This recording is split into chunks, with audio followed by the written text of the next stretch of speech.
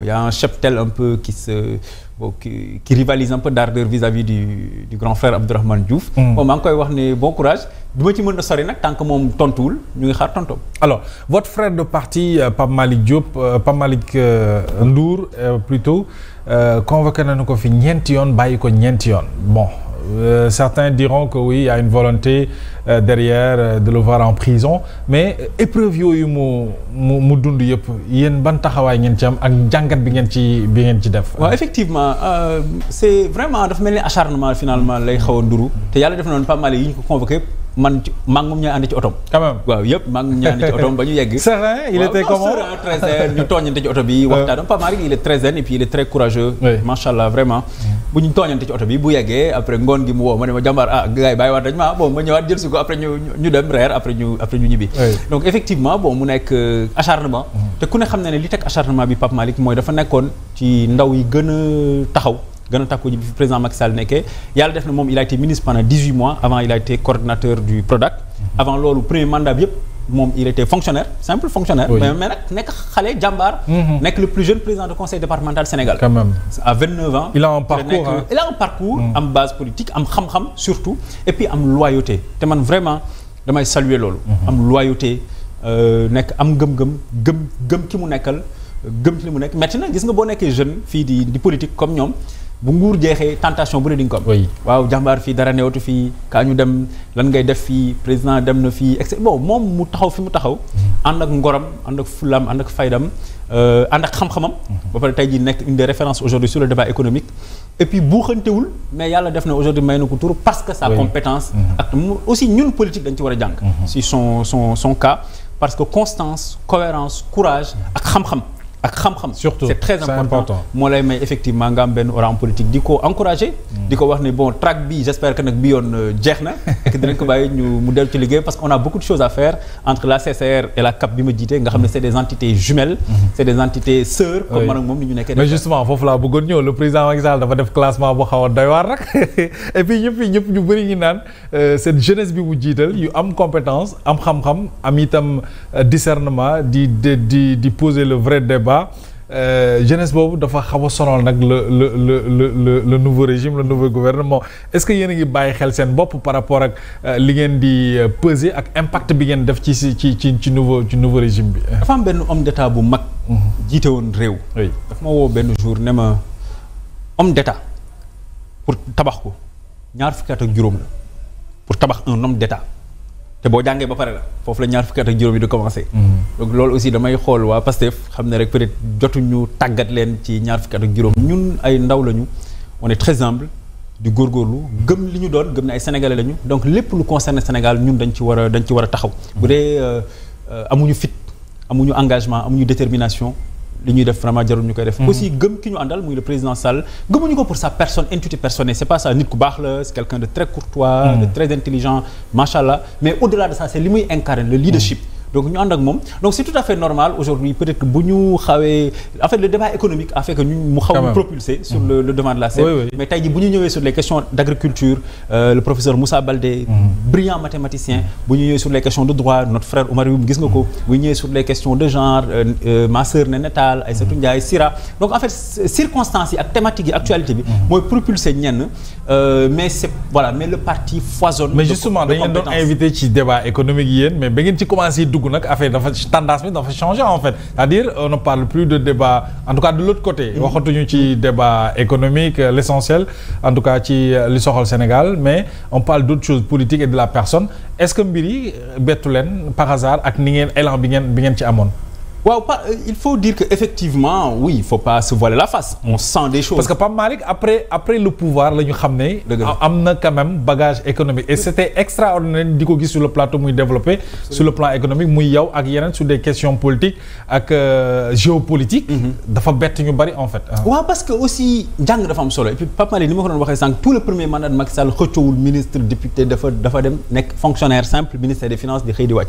man suma liggéey laa ne woon parce que jàpp naa ne politique jotul woon. wut xam-xam c'était très important ak jàng liggéey Mohamed liggéey dañ koy jàng et da nga may rek parenthèse moi chaque fois c'est un truc boo xam ne dama koy wax tout le temps pour xale yi waruñu leen woo ci saaga ci naan ku leen saaga fayu leen dem leen ngeen saaga diw dem leen ngeen yuuxu diw dem leen ngeen xarab diw wala dem leen di tàccul ay leader suñu parti ak beneen parti ci yam nag li may wax nii les jeunes du Sénégal la jeunesse du Sénégal n'est pas là pour poster des vidéos de leaders di leen tagg wala di leen raay dans le sens du poil la jeunesse du Sénégal dafa am pour jàng am xam-xam pour enjeu développement yi nekk ci Sénégal dans une Afrique dynamique ak aussi dans une humanité complexe ñu mun ci jouer seen rôle te boo xoolee aujourd'hui à l'APR il y a beaucoup de jeunes yu dynamiques yu compétents que jàng am na solo jàng liggéey am na solo pour boo génnee rek nit ñi dinañ xam ne yow peut-être que am na foo jaar am nga jaar-jaar. Très bien alors sa dernière convocation mon Pape Malick est liée au rapport IGF nous dit-on en tout cas que le Premier ministre a évoqué en abordant sa candidature pensez-vous que ça pourra être facile pour Pape Malick Ndour